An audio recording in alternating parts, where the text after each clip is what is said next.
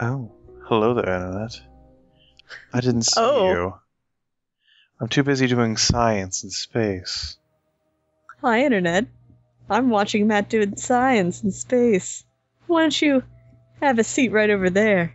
You can look at all these mission reports that I've gathered. Join us, won't you? Yes, join us. Yes, join us, won't you? Join us. Join us in space. Yes, come to space with us. Are you ever gonna, get those two ships off each other's junk? Yeah, that's what I'm about to do. Okay. I was just transferring all this. I was just transferring all the science back. I'm transferring some fuel out because I realized that this ship did use most of its fuel to get to get to the station. So I transferred the fuel out. I also transferred all the science out because the whole point of this space plane was so that I didn't have to send my lunar lander back. So right now I'm running a deorbit burn process, mostly using my reaction controls, because I have very, very small amounts of fuel, and the reaction control fuel is the least efficient.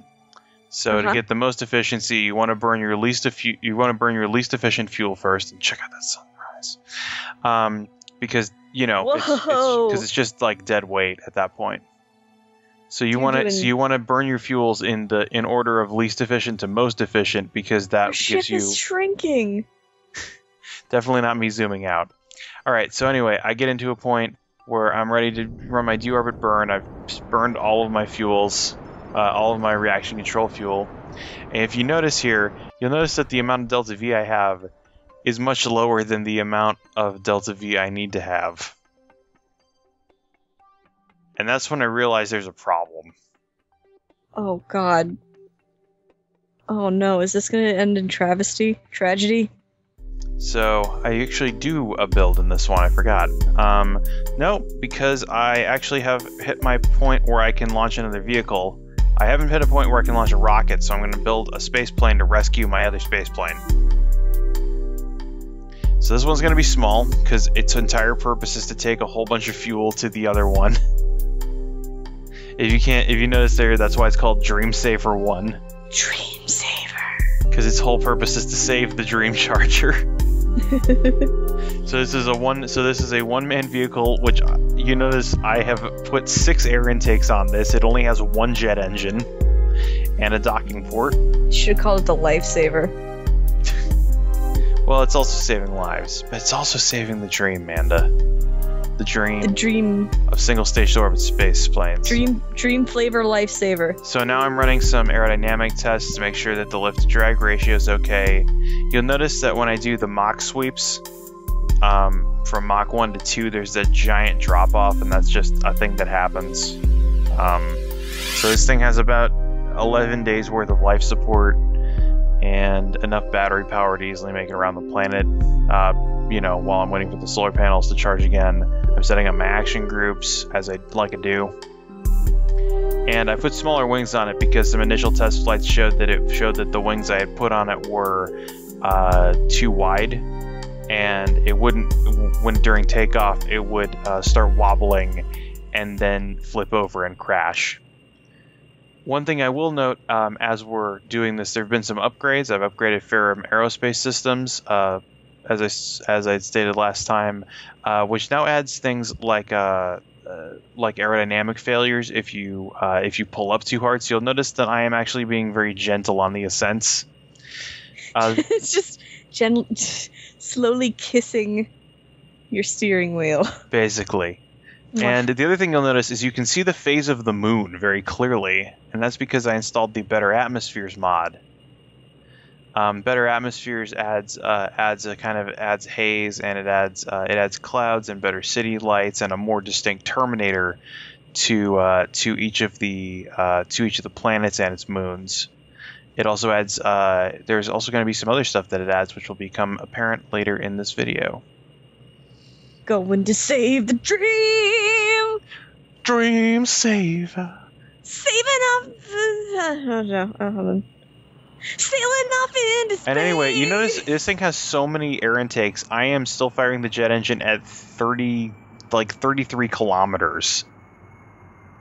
Which my other plane could only get to maybe 20 before it ran out of air to make it... This thing's a beast. Yeah, no. Because it has 6 times as much air intakes as everything else. And then it has these tiny little engines on the back. Because you have to use the smallest fuel flow you can that still makes the plane move forward at a decent rate if you want to conserve fuel on the way into orbit. So we're just building up our apoapsis here. Once that gets to 100, I believe, or once it gets to 80, then I think I cut it off and just glide into space. Because fucking coast. Yeah, because I'm still aerodynamically sound, and there's the sun. Catching a nice orbital. I love me my orbital sunrises. I don't know if you know this, Amanda. They're beautiful. Like when else are you gonna get that kind of experience? No. Watch a sun Watching this from space. Yeah. Oh boy. except with unless you watch NASA's HDev stream. Yeah, that's so cool. Can we link it? You think it'll still be up? It should be. I don't know how easily I can link it, because I don't think you can link things that aren't YouTube from a YouTube annotation. No? No, maybe they changed that, but it used to be that you couldn't link anything that wasn't a YouTube video from an annotation. Can we put it in the description? Yeah, I can put it in the description. So I'm just making my intersect. We're going to be half a kilometer away at the closest right now. But yeah, no, there have been a lot of people that have captured, for anybody not in the know, a couple weeks ago, NASA installed Opals, which is their laser communication system, which has an insanely high bit rate. They also installed the high definition experimental viewing system, which is basically just a box that's full of HD cameras. So we're approaching Dream Charger now, and for some reason, all of my docking efforts happen in the dark. I don't know why. I think it's because God hates me. We're just docking So I in the dark. skipped past about 10 minutes of me trying to get these two ships that barely fit together to dock, and finally got to the point of trying to dock in the dark. Oh, it's like my first time. Yeah, well... Actually, it's not at all. Don't quote me on that. And so, yeah, so we're kind of lining up here. I'm starting to learn how the docking alignment indicator works.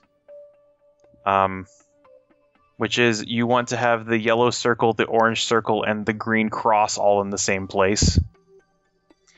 Which proves to be very difficult most times. Yeah, jeez. Especially when you have docking ports mounted laterally.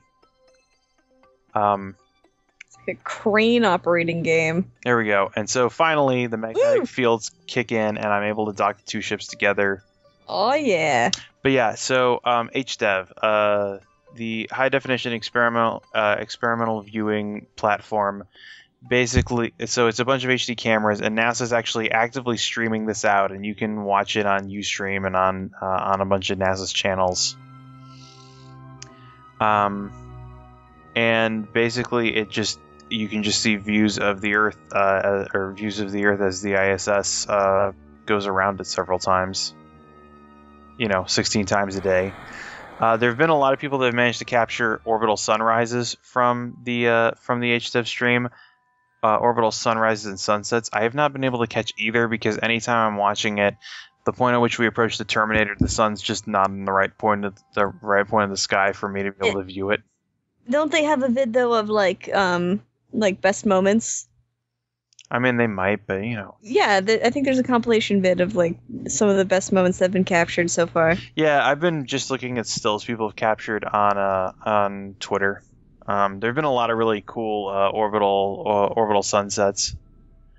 But yeah, I really love the Better Atmospheres mod, if only because normally when you look at the moon, it looks exactly the same all the time, regardless of where the sun is. This mod actually adds a Terminator to it, so it looks like a moon. So, like, also the other thing that I said is I upgraded Ferrum Aerospace, which is a problem. It wouldn't normally be a problem, except I launched this plane under an old version of Ferrum Aerospace. So I'm encountering an issue that that aerospace researchers don't often encounter, which is the laws of aerodynamics changed between takeoff and landing. Yeah, no, usually that's not a problem that people run into. Yeah, that's not a thing you usually have to accommodate, and the issues with that will become apparent soon. Video game reality is weird. It is. So right now I'm trying to do a series of S turns to decrease my rate of descent while also still maintaining the same latitude, basically, or the same altitude. And I realized at this point I set my landing point too far out from the Space Center, assuming that the planet would rotate beneath me more than it did, and I overshoot the Space Center by a wide margin. You can see impact heating building up there as I'm flying over the Space Center at 2,100 meters per second. And I'm like, okay, I gotta dump my oxidizer because I'm still too heavy. And at this point, something weird happens. So the thing is with this is it has a reaction wheel near the front, and the reaction wheel is trying to compensate for the wings, which are too wide now with the current aerodynamic model. So it does this weird pendulum effect where it'll just kind of keep flipping over and over. Oh, God. Fortunately, I can't read the name. Who's flying the plane right now? Jebediah Kerman and Barlin Kerman. Jeb and Barlin are like vomiting all over each other right now. Probably. Well, Jeb's made of sterner stuff than Barlin. Barlin's probably puking, but Jeb's keeping it steady. So Jeb is just sitting there, happy face, just like waves of vomit are just like splashing up against his suit, and he's just like, I'm just glad to be here today. Yeah. So I finally managed to actually stabilize my descent. I hit a part of the atmosphere where the wings bite into the air a lot better. And so now I realize that I need to make it back to the Space Center. There is land coming up, but I don't know how well. I have only practiced landing at the Space Center because that's the only place with a really flat plane that I understand. And in other times that I've overshot the Space Center, I've had enough fuel to get back. Because I got 43 units of liquid fuel, and the jet engines are usually pretty efficient. Like, they have a specific impulse that's immensely huge compared to any of the rocket engines. Specific impulse is a measurement of efficiency, basically. And it's always measured in seconds because that's how all the units cancel out. Most rocket engine. Okay, so I cut past the part where I made a turnaround, and I managed to actually burn all of my fuel in the process. And the last time I did this, I was able to make it there because this thing usually has like a 10-to-1 glide ratio. Mm-hmm. This time it did not, and I'm not sure why. So we're gonna make an emergency water landing. The water looks nice. Wow, there's like no continent anywhere to be seen, though. Yeah, no, the Kerbal Space Center is 50 kilometers away. Oh, so Jesus. We're gonna pan up, we're gonna flare up, we're going into a stall because we're going too slow. That's fine. We're only going 53 meters per second, and we do. Oh! So that's not flying again, but the important thing is the crew capsule survived. How long are they going to survive in the middle of the ocean, though? Until we can get a boat out.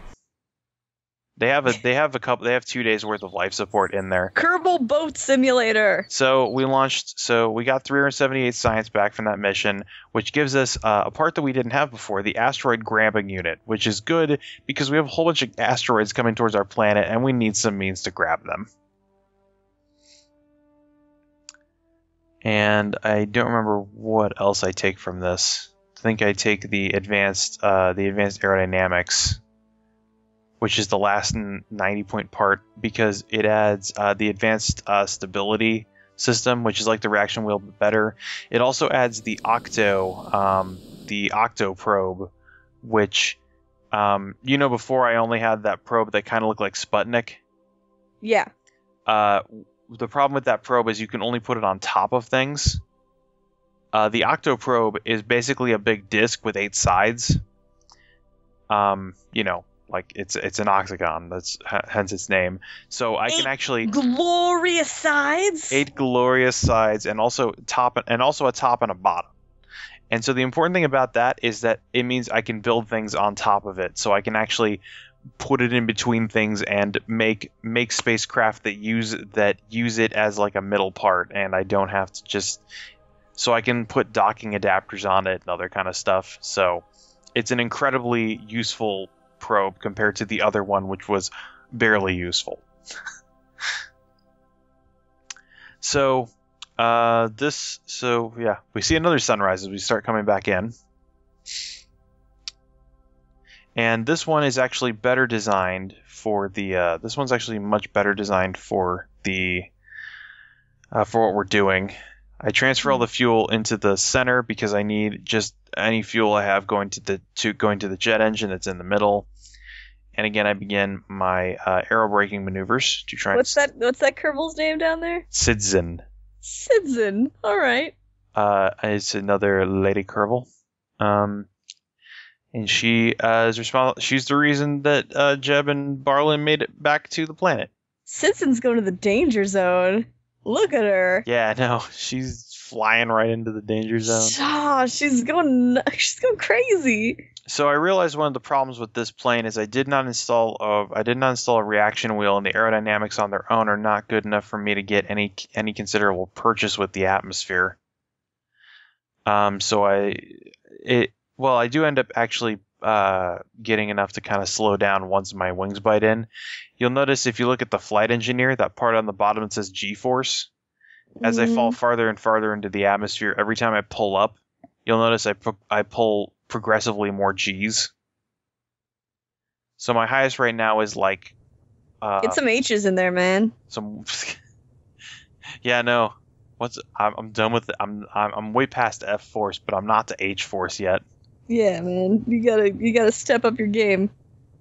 I didn't wear this suit for nothing. But one of the other things is I have to constantly keep my eye on the G meter as well, because if I actually experienced an aerodynamic failure, which I found out is that for some reason the life support thing broke off. I still have a day's worth of life support in there. The life support thing broke off, but is still attached to the plane for some reason. And I think it's apparently, if anything on your plane experiences an acceleration of more than 5 Gs, it will rip off. So if you pitch your planes up too high, then the wings and the fuel tanks and all that will rip off. And one of the things I discovered about this plane upon landing is that it's way too nose heavy, and it'll stall too fast. So I have to come in with the jet engine on. Oh, you're coming in pretty fast, pretty hot. Pretty fast. Oh. We touch down. Jet engine's off. You stuck it. We got the brakes running. Brakes are running. We're slowing down, and then for some reason the wings decided to try and fight me. Oh no, Sidzin, no! We had a pretty high deceleration force, but the Sidzin survives. So we had to crash 2 space planes in order. Oh my god. Yeah, but the important thing is everyone survived and the science came back intact. Though we're going to have to do some redesigns. Oh. So on the other side of things, the More Please lander has arrived at Minmus, which you'll notice. Apparently, at this point of the year, there's some sort of atmospheric development. What? You notice that Minmus is a much brighter green than it was before. Very green, very turquoise. Is a jewel in the night.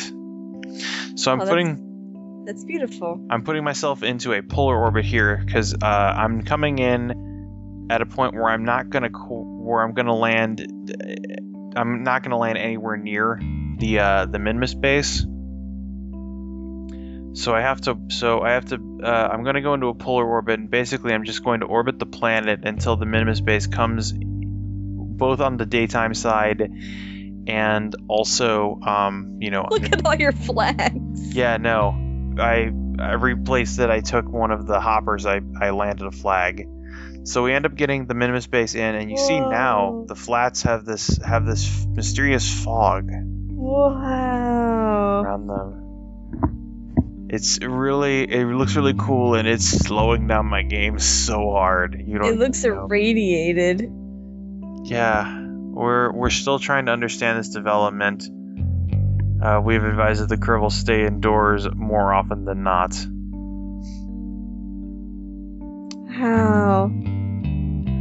So we start passing down into the cloud layer near the Minimus base, and the More Please lander touches down near Minimus base 1. Space is beautiful. It is.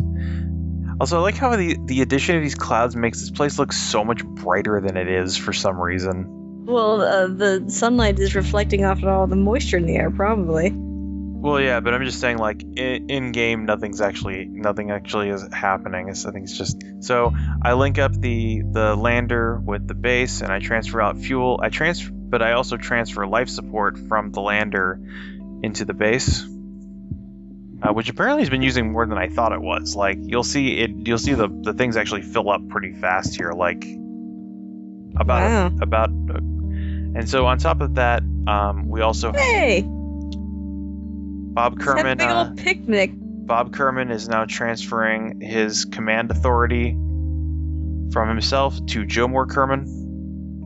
So we decided to have all of our Minmusian Kerbals watch the ceremony.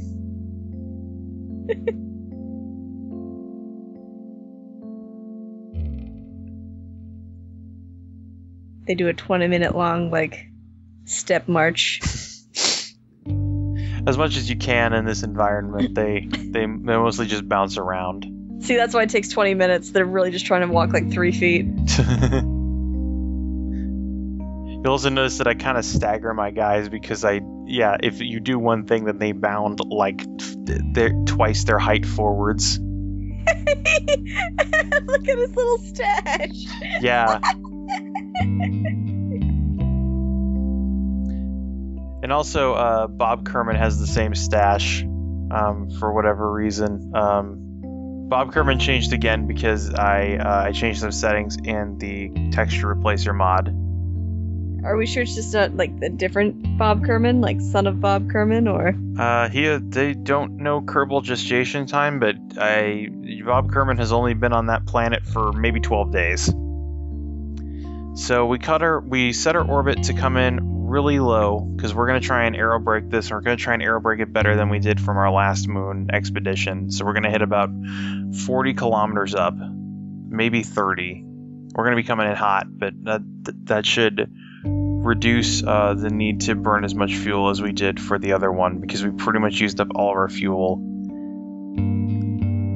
And we, in the attempt to make our maneuver node, we end up actually passing over the base again. Later, losers! You can also We're see... going to space! So, we leave the distant moon behind.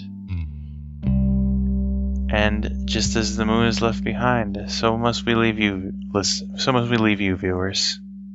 Good night. Good night. Good night, Annette. Get in, you whores. We're going shopping.